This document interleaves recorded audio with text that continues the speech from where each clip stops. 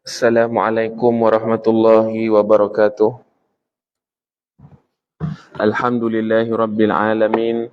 Wassalatu wassalamu ala ashrafil anbiya'i wal mursalin wa ala alihi wa sahbihi ajma'in. Subhanaka la ilma lana illa ma 'allamtana innaka antal alimul hakim. Rabbi shrah lana sudurana wa yassir lana umurana wahlul 'uqdatam min alsinatina yafqahu aqwalana, amma ba'd.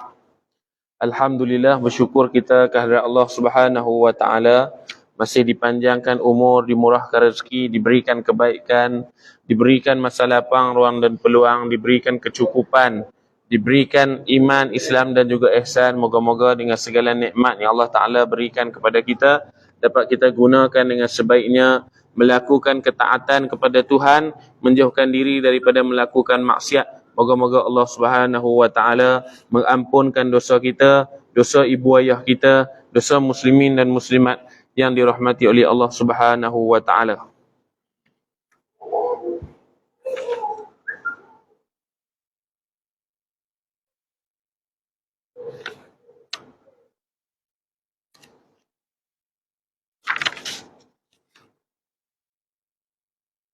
Baik, kita muka 10. Qala al-muallifu rahimahullahu ta'ala wa nafa'ana bi'ulumihi wa 'ulumina fid dharain amin. Catatan, ni kata Ustaz Muhadir Haji Jul. Makhluk mempunyai dua ciri utama. Bila kita sebut makhluk ni dia ada dua ciri utama. Yang pertama jirim, yang kedua arad. Kena faham bagi betul-betul ini. Kalau faham tak betul, dia bawa kepada memang tak faham-faham. Jadi nak kenal makhluk itu ada dua ciri utama. Yang pertama, makhluk itu dia jirim. Yang kedua, makhluk itu dia arad. Para ulama memperincikan lagi daripada 10 ciri makhluk.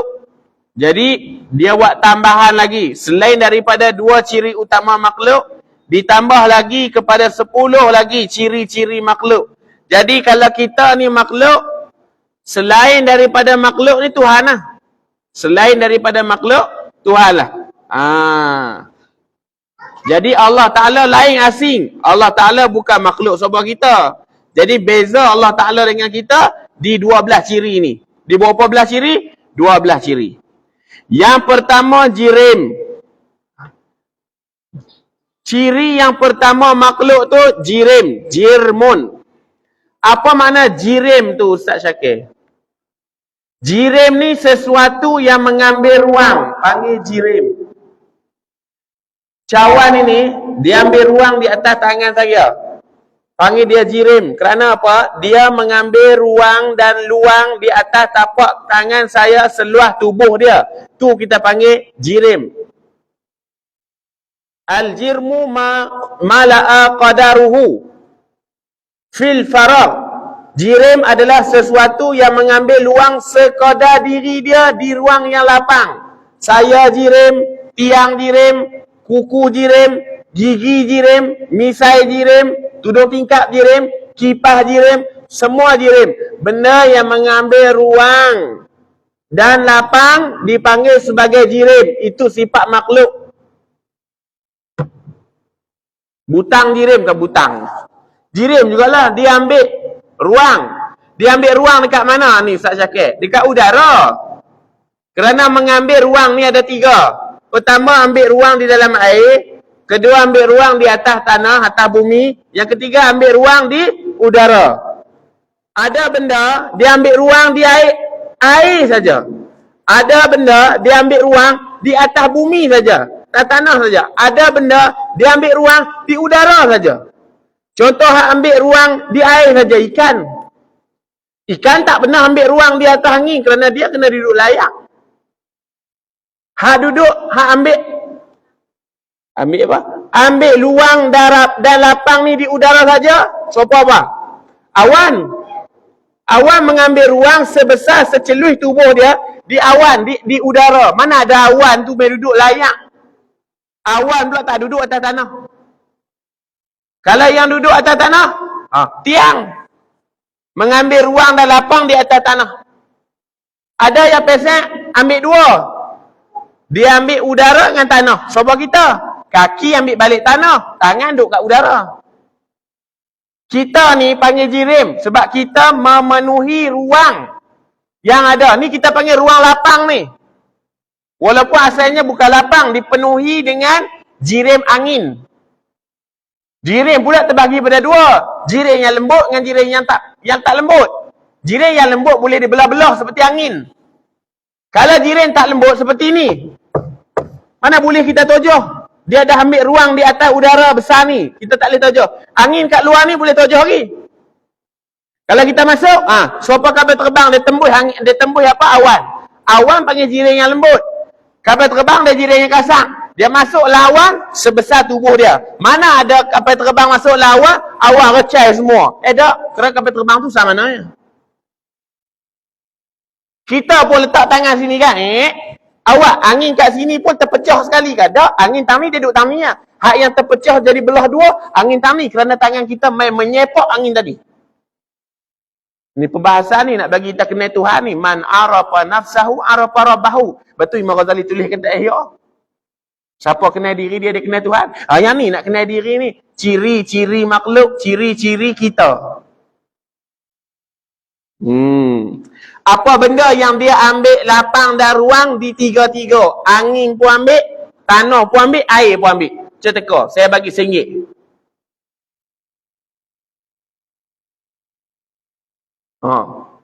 Kita lah, kalau kita duduk dalam sungai, kaki kita ambil ikut balik tanah, betih kita dia kena ayak. Tubuh ujung kita duduk kat angin. Kita ambil tiga-tiga. Ayak kan? Ni ayak lacawan ni. Kan? Ayak pun jirim ke? Kalau masuk tangan kita telah membelah air tu. Tangan kita masuk, awak ayak tergoncang tu tak? Tak. Sebesar tangan kita, dia pun merebak sikit je lah. Itu makna jirim. Sesuatu yang mengambil kadar seluas tubuh dia. Paku masuk dalam kayu. Asalnya kayu tumpat. Kerah. Kita masukkan kayu. Kayu jirim ke tak? Jirim. Dia masuk dalam paku tu, awak kecil 1000 ke tak? Sebesar celui tubuh dia, yalah. Yang kedua panggil arat. Arat ni mana sesuatu yang menumpang di jirim. Sesuatu yang menumpang di jirim. Dia tak mengambil lapang. Dia tak mengambil lapang pada sesuatu kawasan yang tak ambil. Dia hanya menumpang di sesuatu jirim yang mengambil lapang. Seperti garam, seperti masin yang menumpang di zat garam. Masin itu kita panggil arat. Sesuatu yang pesen menumpang. Di mana? Di jirim garam. Kenapa garam panggil jirim? Kerana garam pun mengambil ruang dan luang di dalam kawasan. Kita tuang garam masuk dalam bekas. Awak bekas tu duduk kosong-kosong lagi ke? Tak ke? Masuk garam penuh. Garam masuk seluas tubuh dia. Jadi rasa yang ada di garam panggil arat. Pedah dicabai. Cabai panggil jirim. Pedah dicabai, arat. Faham tak? Ni. Tebai. Kitab ni panggil jirim. Sesuatu yang mengambil ruang. Saya letak atas tangan saya. Dia mengambil ruang di atas tangan saya sikit. Dan di udara sikit. Ini panggil jirim. Al-jirmu ma mala'a qadaruhu fil faraq. Tu Arab panggil. Tapi arat apa? Sesuatu yang menumpang di diri jirim. Apa dia? Kerah. Berat. Berat ni tumpang tang ni. Kerana berat tak boleh duduk asin.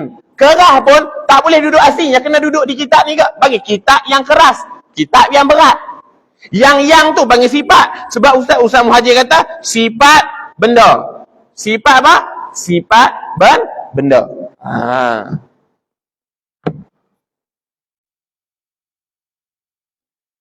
Sesuatu yang menumpang di jirim. Apa lagi menumpang di jirim?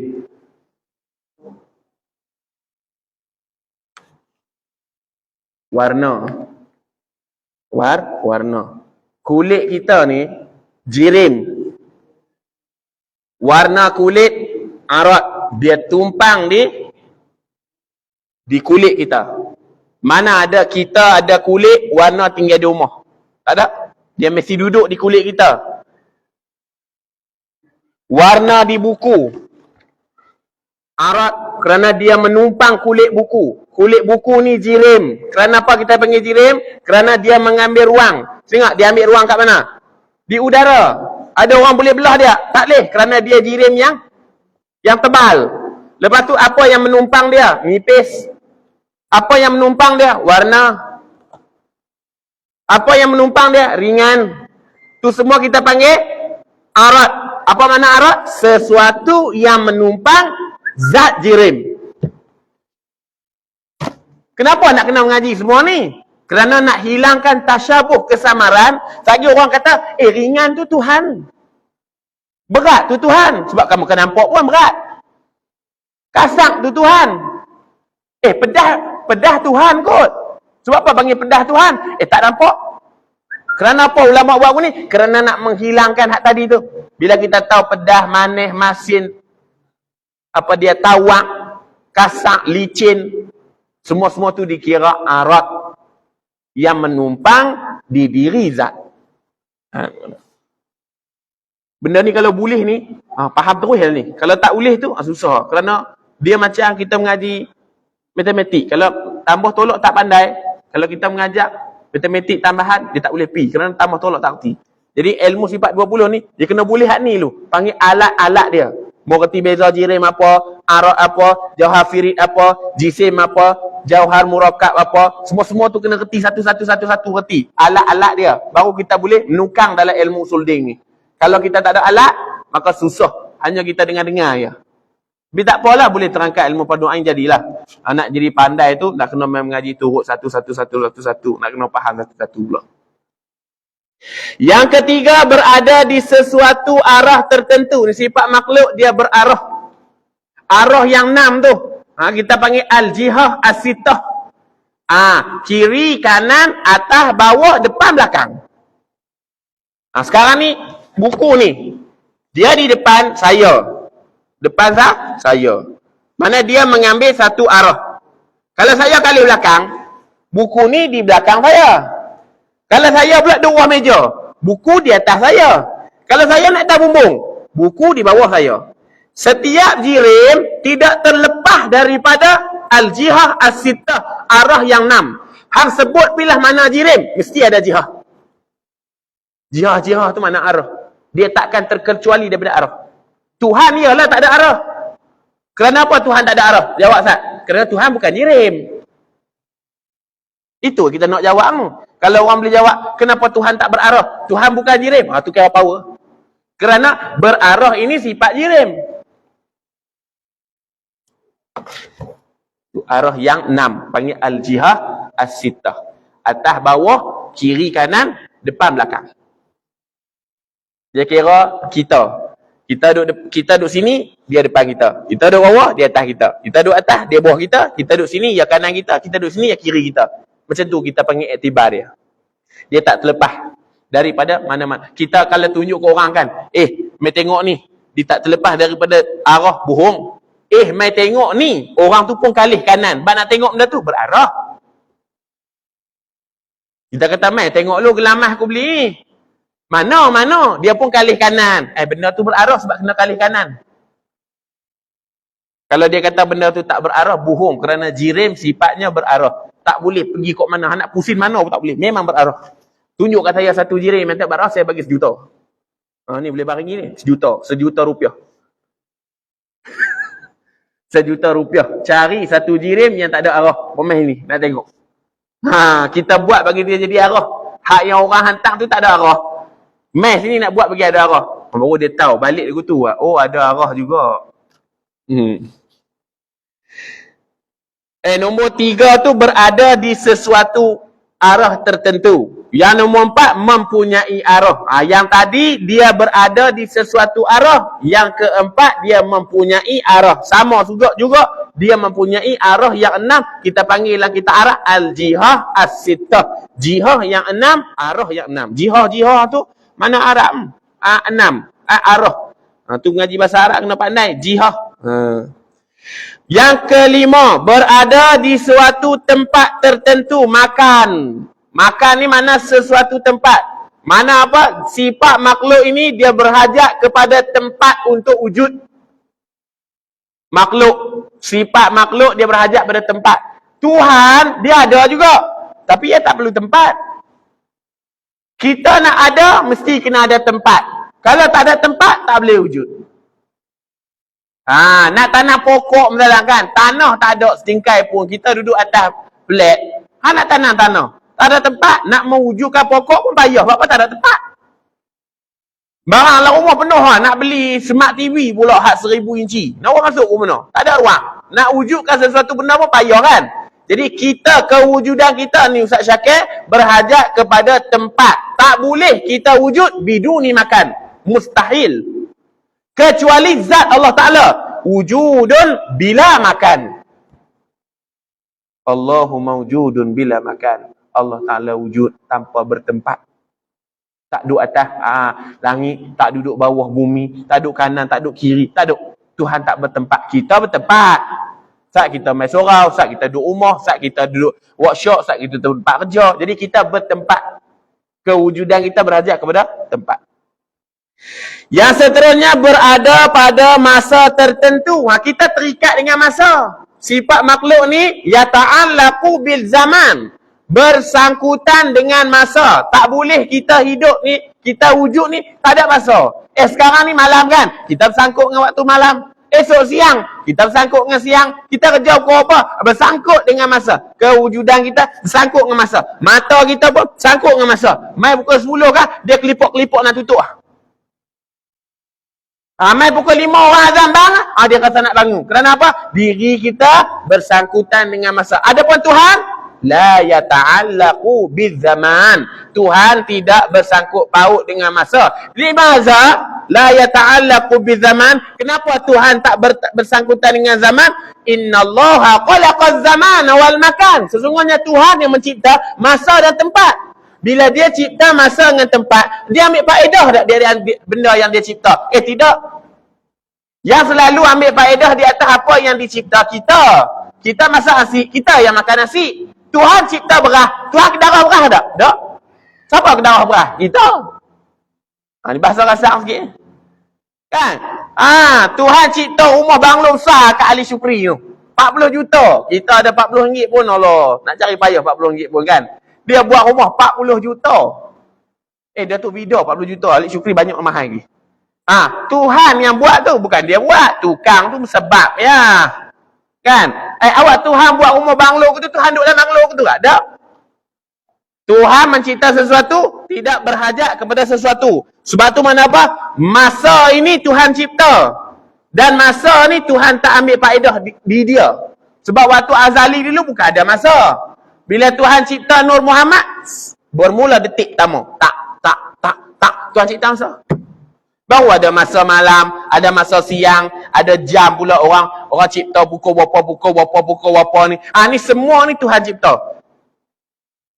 Kalau Tuhan tak cipta masa pun payah juga. Kita nak reti masa pun payah, sukar. Jadi Tuhan cipta. Bila Tuhan cipta masa, Tuhan tidak mengambil apa dia faedah daripada masa tersebut. Jadi di antara sifat makhluk bersangkutan dengan masa. Tuhan tidak bersangkutan dengan masa. Nak bagi faham kita dengan Tuhan apa beza. Pani kalau kita nak ambil tauliah di pejabat mufti tu, mufti tanya, apa beza kita dengan Tuhannya?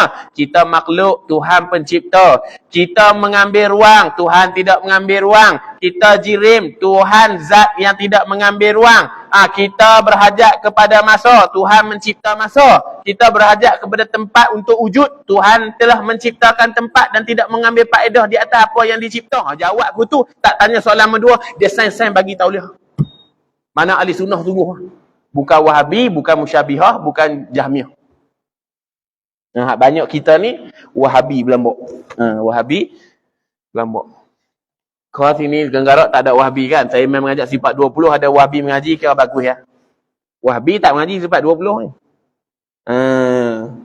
Dia kata Aristotle buat Wahhabi tu. Ikut dia lah.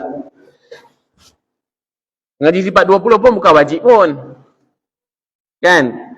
Kenapa kena mengaji sifat 20? Kerana dengan jalan sifat 20 ya boleh kenal Tuhan. Kalau mu boleh mengaji matematik kenal Tuhan, pergi yang mengaji matematik. Tak sebab marah. Kan? Kita nak mengaji, nak kenal Tuhan, mengaji sifat 20. Kena mengaji sifat 20. Saya tak pernah kata mengaji sifat 20 wajib. Saya kata mengenal Tuhan tu wajib. Kalau dengan masak nasi, kita boleh kenal Tuhan, pergi masak nasi hari-hari. Tapi kita tengok, chef tak pandai-pandai pun. Tak alim-alim pun, dia masak nasi banyak daripada kita lagi. Tapi tak ada jalan hak lain nak kenal Tuhan melainkan mengaji sifat 20. Jadi, ulama buat kesimpulan, mengajilah sifat 20 kerana melalui sifat 20 ni, kita boleh kenal Tuhan kita. Itu mana dia. Seterusnya, bersifat dengan sifat baharu. Yakni apa Arab panggil? Mutasifun bil hawadisi. Contohnya sama pendengar yang baharu.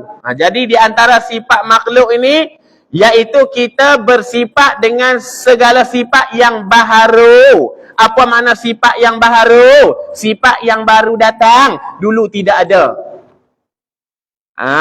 Apa contoh sifat yang baharu? Sifat pendengar yang Tuhan bubuh dalam anak telinga ni. Waktu kita wujud, baru ada sifat pendengar ni. Jadi sifat pendengar yang ada dalam lubang telinga kita panggil sebagai sifat pendengar yang baharu.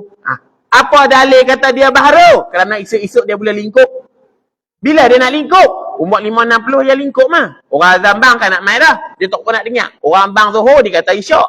Orang bang subuh dia kata maghrib. Sebab apa? Dia tak pernah nak dengar. Dengar pun sikit-sikit je. Orang takbir raya dia kata sembahyang subuh. Sebab apa? Pendengar dia dah lingkup. Itu tanda benda tu baharu. Pendengar Tuhan tak lingkup-lingkup. Kerana pendengar Tuhan itu, apa dia bukan baharu. Qadim. Sejak azali lagi Tuhan ada sifat pendengar. Dengan sifat pendengar Tuhan, Tuhan dengar segala benda yang maujud. Ni Tuhan dengar buku ni bunyi apa ni. Kita buah kat telinga, bunyi buku apa. Tak pernah dengar. Tapi Tuhan boleh dengar dia bunyi guna. Uak kah? Kita tak tahu. Cawan ni kan boleh telinga kita. Ada dengar suara kah? Tak ada dengar. Tapi Tuhan, asal benda tu ada, dia boleh dengar selalu. Kuku kita ada kan? Tuhan dengar kuku kita walaupun dia tak bersuara. Kita punya sifat pendengar hanya boleh mendengar benda yang bersuara. Sifat pendengar Tuhan boleh dengar benda tu. Kalau dia tak ada suara pun boleh dengar syarat benda tu ada. Dia ada bunyi dia. Nanti Tuhan dengar lah, kita kan dengar. Sebab telinga kita, pendengar kita ini lemah kerana dia makhluk. Pendengar Tuhan dengar. Satu lagi, maklum jugalah Tuhan tak bagi dengar pun. Kalau dengar dengan semua bercakap semua, siapa nak dengar saya bercakap? Dengan kipas bunyi, dengan tangan bunyi, dengan kuku bunyi, dengan misai bunyi, dengan serban pun nak cakap, dengan ayat soya pun nak cakap, semua pakai nak cakap kan. Saya mengajar sifat 20, siapa nak dengar? Tuhan buat dah kita ni hanya boleh mendengar yang bersuara saja. Adapun Tuhan tak nanti yang ada suara, asal dia wujud, maka Tuhan dengar selalulah. Kerah di buku ni.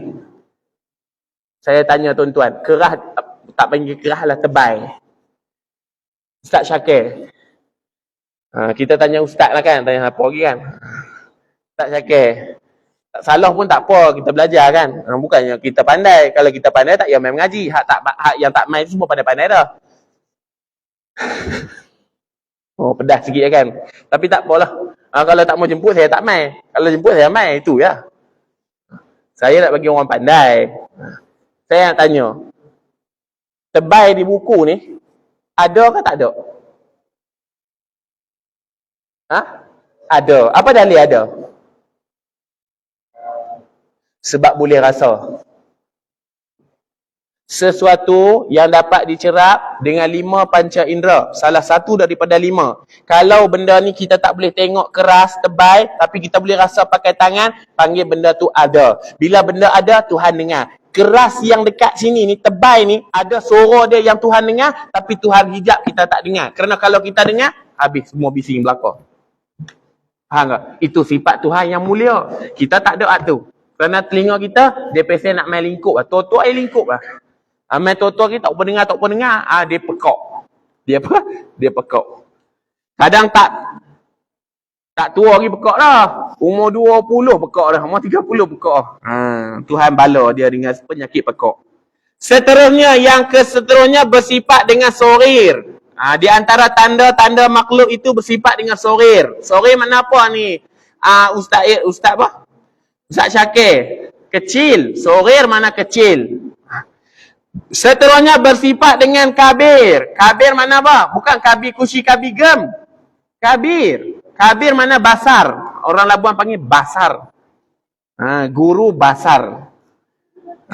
Siapa guru basar sekolah ni? Saya lah. Macam tu. Jadi basar-basar ni sifat makhluk. Ni kita kan besar. Ada yang besar macam saya. Ada yang kecil. Tu mana sifat-sifat makhluk. Bersifat dengan besar ataupun kecil. Maklum tu. Seterusnya, mengambil faedah atas perbuatan atau hukum hakam. Ni sifat makhluk, mengambil faedah. Kita buat apa pun ambil faedah lah. Masak asyik, kita makan asyik tu. Bukan masak tinggal. Bodoh panggil. Masak asyik tinggal. Kan? Buka aircon pergi lari duduk luar. Bodoh. Buka aircon nak ambil faedah pada sejuk aircon tu. Dah tu dia buka aircon, dia pergi duduk lawak berlari pula. Pasang api pula, unggun api kat luar tu. Buat apa pasang ekornya? Sifat makhluk selalu bila dia buka sesuatu, dia buat sesuatu, maka dia mengambil faedah di atas tiap-tiap sesuatu. Tu mana dia? Kita belajar hari ni kan, ambil faedah, esok kalau boleh BA ke, boleh sarjana ke, boleh PhD ke, gaji besar sikit. Payah lah kita tanya orang mengaji sebab apa? Kerana Allah Ta'ala ni, yalah nombor 1. Nombor 2 tu ada kerana dunia juga kan? Tu. Niat ni memang kerana Allah Ta'ala, tetapi mengambil faedah di atas apa yang dia lakukan. Dia buka pintu pun. Buka pintu. Takkan duduk depan pintu tu saja-saja. Untuk masuk. Mana ada orang buka pintu tu saja-saja. Lagi ada juga benak ni. Buka pintu untuk sultan. Buka pintu tapi tak masuk. Dia buka pintu untuk sultan. Dia buka pintu untuk sultan. Jadi untuk sultan tu ambil faedah kerana di atas dia buka pintu. Walaupun dia tak masuk sekalipun. Lagi ada yang bodoh-bodoh cerdik dia tanya kita pula. Ustaz kata kita yang mengambil faedah bila kita lakukan, ada orang yang buat sesuatu dia tak ambil faedah pun. Dia contoh ulu balang istana. Dia buat sesuatu dia tak ambil faedah di atas diri dia. Memanglah dia tak ambil faedah di atas diri dia. Orang ambil faedah di atas apa dia buat. Adapun Tuhan tidak. Tuhan ciptakan kita kaya terus mana pun, Tuhan tak minta faedah di atas kekayaan kita. Tuhan cipta kita segok terus mana pun, Tuhan tak suka. Tuhan tak berjelera dengan kita pun. Tuhan cipta rumah kita besar mana pun, Tuhan tak pernah menumpang rumah kita pun. Tiap-tiap penciptaan Tuhan, tiada mengambil faedah di atas dia. Tiap-tiap penciptaan kita, sudah tentu mengambil faedah. Baju ayak untuk minum ayak, bukan tinggal atas meja tu. Kan? Tertinggal lain kerana niat dia nak minum dah. Ustaz Syakir, kita mencuayang kan, kalau kita tertinggal kerana mula-mula tadi niat nak minum, tertinggal tu masalah lain dah kerana dia tertinggal. Tapi awal-awal dia mencuayang kenapa? Nak minum air, mengambil faedah di atas apa yang dia lakukan. Tu sifat-sifat makhluk tu. Ingat, bila kita tahu kita macam ni, Tuhan berbeza daripada itu. Tuhan berbeza daripada beberapa perkara yang kita sebutkan tadi. Kalau orang tanya kita apa itu Tuhan, kita jawab hak ni. Selain daripada hak ni. Tuhan bukan arah, Tuhan bukan jirim, Tuhan tidak berarah, Tuhan tidak bermasa, Tuhan tidak berzaman, Tuhan tidak bersifat dengan sifat yang baharu, Tuhan tak kecil, Tuhan tak besar, Tuhan tak ambil faedah di atas apa yang dia lakukan. Jawab lagu tu kan, lah. Boleh pakai serban lah lepas tu. Kan boleh pakai serban lah. Ustaz Syakir boleh pakai serban besar lah. Ambil raga motor buh tak kepala, balut serban so sikit. Berapa pandai lah sifat 20. Itu mana kita mengaji sifat muqalafatuhu ta'ala lil hawadih, Tuhan berbeza dengan tiap-tiap yang baru. Habis itu, apa itu dalil naqli? Apa mana dalil naqli? Dalil yang disedut daripada Quran ataupun hadis untuk nak membuktikan lagi Allah Ta'ala bersifat dengan muqalafatuhu ta'ala lil hawadih, berbezanya Allah Ta'ala daripada tiap-tiap yang bersifat dengan baharu. Apa dalilnya? Allah Ta'ala sebutlah surah Asy-Syura ayat yang ke-42. Surah yang ke-11 ke? Surah yang ke-42 ayat ke-11. Maklum. Allah Ta'ala sebut alaisa kamislihi syai'un wa huwa sami'ul basir. tidak ada sesuatu pun yang sepertinya, mana yang sama dengannya dengan Allah Ta'ala. Tak ada satu pun, tak ada satu habuk pun yang sama dengan Tuhan kita, iaitu Allah. Tak ada siapa pun yang sama dengan Tuhan kita. Kalau ada yang sama dengan Tuhan kita kan, boleh pergi sembah dia sekali lah, sebab dia pun Tuhan kita juga. Kalau saya lah bersifat dengan Qadim, saya tidak mengambil saya tidak mengambil masa dan tidak mengambil ruang, saya tidak kecil, saya tidak besar, maka tuan-tuan pakat boleh main sembah saya, minta ampun pada saya kan, minta ampun dosa pada saya. Kita beza dengan orang orang Kristian, dia minta ampun dosa pada padri, pada dia punya father tu kan. Father tu pun 2 kali 5 dengan dia juga, makan pakai tangan, berak basuh pakai tangan juga kan. Kita minta dia ampun dosa kita pasal apa pula? Nak mengampun dosa, keupayaan mengampunkan dosa siapa? Allah Ta'ala. Father tu tak ada boleh ampun dosa pun. Dia mandi kena ayak apa kita ke basuh. Kan dia makan kenyang apa kita ke, dia kentut berak juga. Maka dia ada sifat seperti sifat makhluk juga. Maka tak boleh kata dia Tuhan. Dan dia juga tidak mempunyai sifat-sifat ketuhanan. As-sifat al-ilahiyah tak ada pada dia langsung. Apa sifat al-ilahiyah? Dia tak ada al-istighna, terkaya di atas setiap sesuatu, tak ada. Ada dia terkaya, tak ada terkaya pun. Dia pun berhajat pada ruang, dia pun pakai jam tengok masa. Awal-awal lagi lah padri kalau pakai jam lah Allah. Mengambil masa selalu lah nak tahu pukul berapa. Nak tahu pukul berapa tu nampak jahil dah. Kerana dia tak tahu pukul berapa. Tuhan dia maklum. Tu, kita boleh tahu dah dekat badan tubuh dia Tuhan ataupun tak. Fir'aun Tuhan ke? Tak. Walaupun dia mengaku kata Tuhan, ana rabbukumul a'la, aku Tuhan kamu yang paling tinggi sekali lah, mengaku di atas Bani Israel tu. Ada setengah Bani Israel yang ikut Fir'aun. Ada setengah Bani Israel yang ikut Nabi Musa dengan Nabi Harun. Yang ada petunjuk hidayah ikut Nabi Musa dan Nabi Harun. Tak ada petunjuk hidayah, pakai ikut habis Fir'aun. Kerana Fir'aun mengaku depan apa? Akulah Tuhan kamu yang paling besar, yang paling ada kuasa. Ada kuasa saja belum tentu Tuhan. Sultan pun ada kuasa, tapi bukan Tuhan pun. Kan hari ni Sultan Johor titah. Dia titah hari Sabtu dengan hari Ahad adalah hari cuti bagi Johor. Bukan Jumaat Sabtu dah. Bermula 1 Januari 2025 dia titah. Dia ada kuasa. Tuhan kita pun ada kuasa. Apa beza Tuhan kita dengan dia? Kerana dia makhluk bertubuh, berjisim, berjirim seperti kita. Walaupun dia ada persamaan sifat kuasa. Sifat kuasa yang ada dia bertakluk dengan masa ya. Bila dia hidup kuasa, bila dia mati ada kuasa tu lagi. Tak ada dah. Tuhan hidup tak mati-mati, berkuasa selama-lamanya. Maklum? Payah kan? Payah jugalah, tapi tak apa, kita cerita je. Saya kalau orang tanya kita, saya baca kitab ni pun Dr. Mukri suruh ni. Dr. Mukri kita mengajar tauhid lah. Tak ada siapa mengajar tauhid pergi Genggarak ni. Takut semua bakal jadi Wahabi ni. Atau saya pun, tak apalah boleh. Saya pesan, saya kata kat dia, saya nak baca kitab hadis. Riyadus Solihin ke, baca kitab Tajzib Al-Atraf, Al-Ahadis Al-Mukhtarah ke. Hadis-hadis yang terpilih, kita maklum hadis-hadis dosa, hadis-hadis pahala, hadis buat baik apa semua kan. Suka juga baca hadis ni. Tapi dah dia minta, kita ikut, turut. Nanti habis kitab ni, kita baca kitab hadis pula. Saya mengaji pun pengkhususan hadis. Bila saya mengajar hadis tu, saya rasa lebih semangat sikit. Tuan-tuan kena mengaji lebih banyak lagi. Hadis mengaji, tafsir mengaji, fiqh mengaji, tauhid mengaji, mantik mengaji, nahwu mengaji, sorab mengaji. Semua mengaji. Jadi ustaz tak apa, biar ilmu banyak. Kadang jadi ustaz saja, serban besar seperti saya kok, tapi jahil. Jangan. Saya pun ada ilmu mana pun, boleh baca tuan-tuan ya. Tuan-tuan bukan tak pergi baca, boleh baca tapi tak pernah faham. Kan? Baca boleh. Saya suruh budak-budak baca pun dia boleh baca. Tapi nak faham Tuhan punya. Wa huwas samiul basir, dan dialah yang maha mendengar lagi maha melihat. Tuhan dia tak sama dengan makhluk walaupun seinci pun. Dan dialah yang maha mendengar lagi maha melihat. Tuhan puji diri dia sendiri. Kita tak boleh puji diri kita sendiri. Orang panggil sombong. Allah Ta'ala yang puji diri dia sendiri. Puji-puji ni ada apa?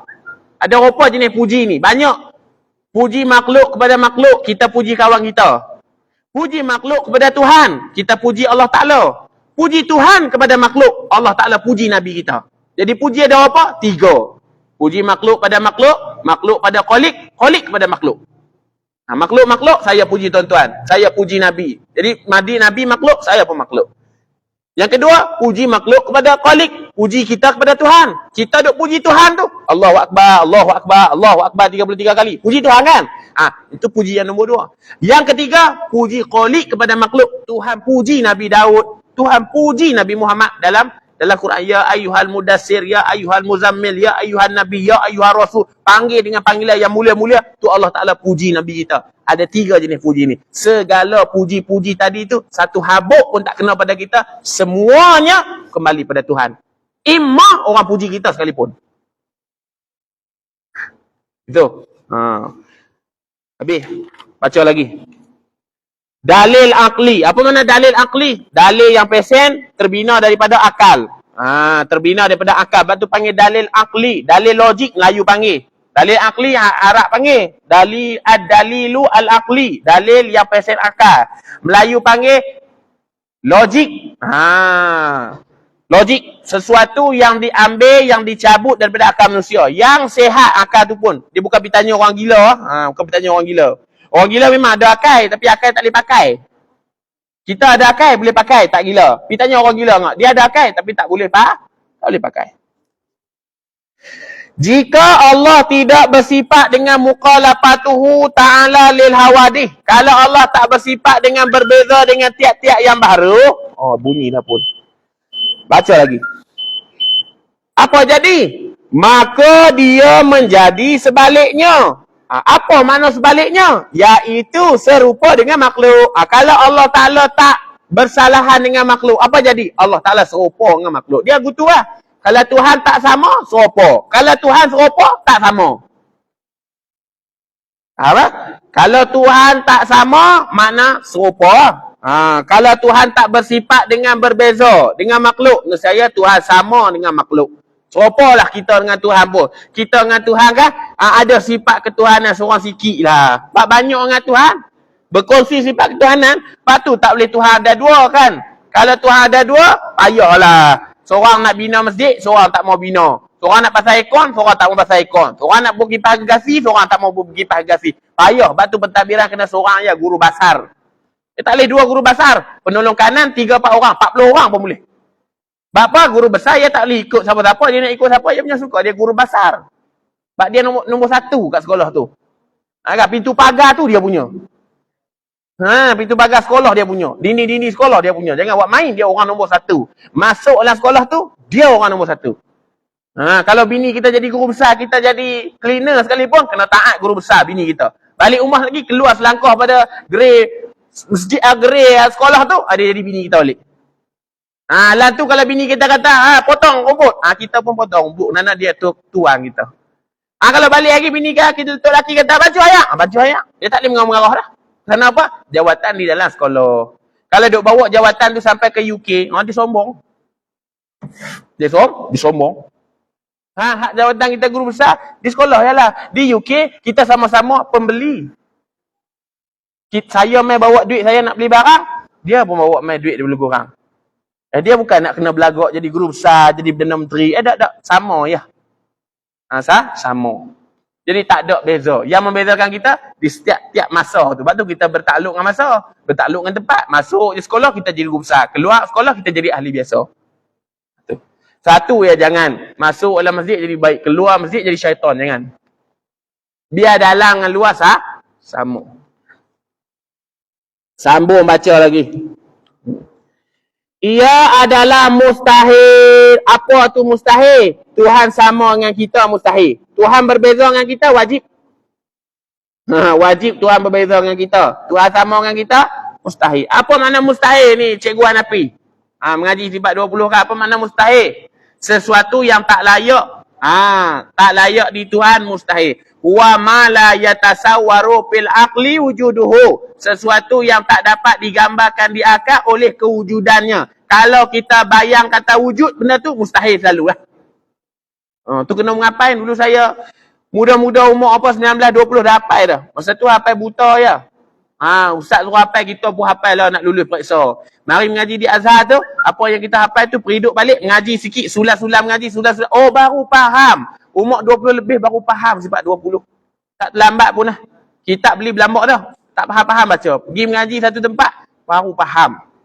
Saya mengaji dengan Baba Ridwan daripada Thailand.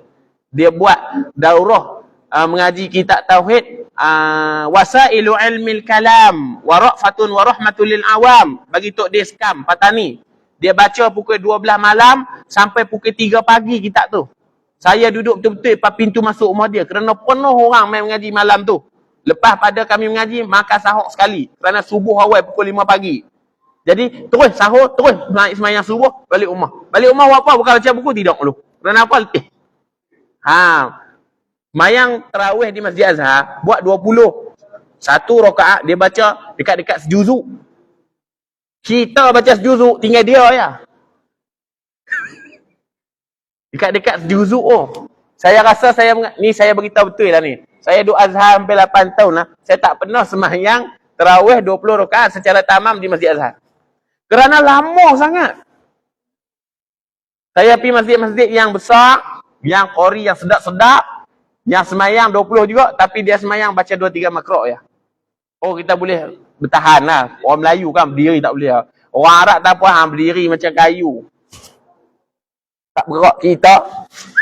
Nyamuk main tampak sini, tampak kawan, batai semayang tu. Amin. Malam 27 kami pergi semayang di masjid Amru Al-As. Pembuka kota Mesir pada zaman Fatimiyah. Zaman Syiah. Kesan pembinaan masjid pada zaman Amru Al-As ada sampai sekarang ni. Pembesaran Masjid Amru Al-As tidak menjejaskan pembinaan pada zaman Amru Al-As. Kalau tuan-tuan pergi Masjid Amru Al-As, kita boleh nampak sekerat tempat masjid yang dibina Amru Al-As sampai pembesaran. Kita panggil at-tawsi', pembesaran masjid. Pembesaran berlaku pada zaman khalifah-khalifah dinasti-dinasti selepas pada tu. Pada malam 27, dia punya kunut 50 minit begini. Saya daripada begini, gini. Lepas tu turun tangan, tak angkat-angkat. Last kali saya duduk. Duduk di antara dua sujud. Duduk. Letih dengar ni. Tok Imam macam Allahumma gfir lana dhunubana, Allahumma gfir lana. Pakai riau. Arak sebelah riau, arak depan riau, depan belakang riau. Kita tak pandai nak riau-riau kan? Arak pandai riau. Itu punya kuat riau. Saya semayang depan kereta orang, tuan-tuan. Depan mirror kereta orang. Buat masjid tu malam 27. Penuh orang. Kalau kita iktibar masjid tu, Surau Genggarak ni, sampai ke dalam restoran Jasmine tu pun ada orang. Angkat takbir, Allahu Akbar. Mama yang duduk tingkat 2, angkat takbir dekat tempat sidai baju. Allahu Akbar, semayang sekali. Penuh atas jalan raya, penuh jalan stop, tak boleh siapa pun lalu. Arak membanjiri, orang Mesir membanjiri Masjid Amru. Sampai semua datang berduyun-duyun manusia malam 27. Malam tersebut diimamkan oleh Syekh Jibril. Suara dia sangat merdu di antara qura' Al-Azhar, qura' Mesir yang paling hebat dia. Mendayu-dayu baca kunut 50 minit, 45 ke 50 minit. Sampai begini, berketak-ketak tangan wafidin, foreigner Melayu ni. Arab tak apa. Arab ni sampai duduk bersila dah. Saya pun tak tahu mazhab apa dia pakai. Bersila lah, hari pusing sana, pusing sini. Kita pun tak tahu mazhab apa dia pakai. Tapi tak tahulah, ikutlah. Kita mazhab Syafi'i, kita jaga jugalah. Kalau mu nak duduk pun jaga. Nak turun tangan pun jaga. Kita masih jaga lagi. Mereka macam-macam mazhab tu. Tak tahulah mazhab cincai ke apa ke. Semayang depan set mirror, belakang kereta, belakang lori, depan lori, atas jalan raya, atas pintu sampah. Yang mana ada tempat, letak sejadah, takbir lalu lah. Itu budaya ni. Kita hang buat kapet baru pun orang tak turun. Deep lagi kan kali kedua. Kali ketiga orang kata jangan main dah. Marah-marah orang pula kan. Habis tu. Sikit yang seminit. Ia adalah mustahil kerana makhluk saya tak boleh. Ia adalah mustahil kerana makhluk mempunyai banyak kekurangan. Dan kekurangan adalah mustahil di atas Allah Ta'ala. Kalau Allah Ta'ala tak sama dengan makhluk, kalau Allah Ta'ala sama dengan makhluk, nescaya Allah Ta'ala, kalau Allah Ta'ala tidak berbeza dengan makhluk, nescaya Allah Ta'ala sama dengan makhluk. Bila Allah Ta'ala sama dengan makhluk, Allah Ta'ala telah bersifat dengan sifat kekurangan. Sifat kekurangan adalah mustahil di atas Allah Ta'ala. Kerana apa sifat kekurangan mustahil di atas Allah Ta'ala? Kerana wajib Allah Ta'ala bersifat dengan segala sifat-sifat kemuliaan yang layak di atas Allah Ta'ala. Habis. Habis. Wallahu subhanahu wa ta'ala a'la wa a'lam wa ilmuhu atamu akmal. Minggu depan kita sambung baca tanbih. Tanbih tu makna dia peringatan, dia wakmai tu ayat ataupun apa dia ungkapan Syekh Ad-Dardir dalam kitab Al-Qaridah Al-Bahiyah. Imam Ad-Dardir dia tulis kitab Al-Qaridah Al-Bahiyah. Saya pernah pergi makam Imam Ad-Dardir belakang Masjid Al-Azhar. Makam dia didatangi oleh para ulama. Imam Dardir ni adalah ulama besar mazhab Maliki satu ketika dulu. Lepas tu panggil Al-Imam Ahmad Ad-Dardir Al-Maliki Al-Azhari. Al-Qalwati, dia berapa kita panggil bertarikat dengan tarikat Qalwati. Al-Qalwati dia lepas tu kita panggil Ahmad Dardir Ad-Dardiri Al-Azhari Al-Maliki Al-Qalwati. Sayyidu Sadati Al-Maliki, ketua kepada ulama-ulama mazhab Maliki satu ketika dahulu, dinahodai oleh Imam Ad-Dardir ni. Minggu depan kita baca ucapan dia. Rasa yang tu dulu, yang mana yang baik itu datang daripada Allah, yang buruk dan telanjur itu datang dari kelemahan saya sendiri. Wabillahi taufiq wal hidayah. Assalamualaikum warahmatullahi wabarakatuh. Bismillahirrahmanirrahim. Alhamdulillahirabbil alamin wassalatu wassalamu ala asyrafil anbiya'i wal mursalin wa ala alihi wa sahbihi ajma'in. Rabbi zidna ilma warzuqna fahma. Rabbi zidna ilma warzuqna fahma. Rabbi zidna ilma warzuqna fahma. Ya Allah, Tuhan kami, selamatkanlah saudara Islam kami di Palestin. Ya Allah, Tuhan kami, selamatkanlah saudara Islam kami di Gaza. Ya Allah, Tuhan kami, selamatkanlah saudara Islam kami di Lubnan. Ya Allah, Tuhan kami, andai ada saudara Islam kami di sana masih dahaga dan kelaparan, Ya Allah, Kau turunkanlah makanan dan minuman daripada langit-Mu yang paling tinggi buat mereka, Ya Allah. Seperti mana Engkau turunkan al-manna was-salwa kepada Musa dan sebahagian pengikut-pengikutnya dahulu kepada mereka, Ya Allah. Rabbana atina fid dunya hasanah wa fil akhirati hasanah wa qina azabannar wa qina azabal qubur wa qina azabal mahsyar. Amin amin ya rabbal alamin.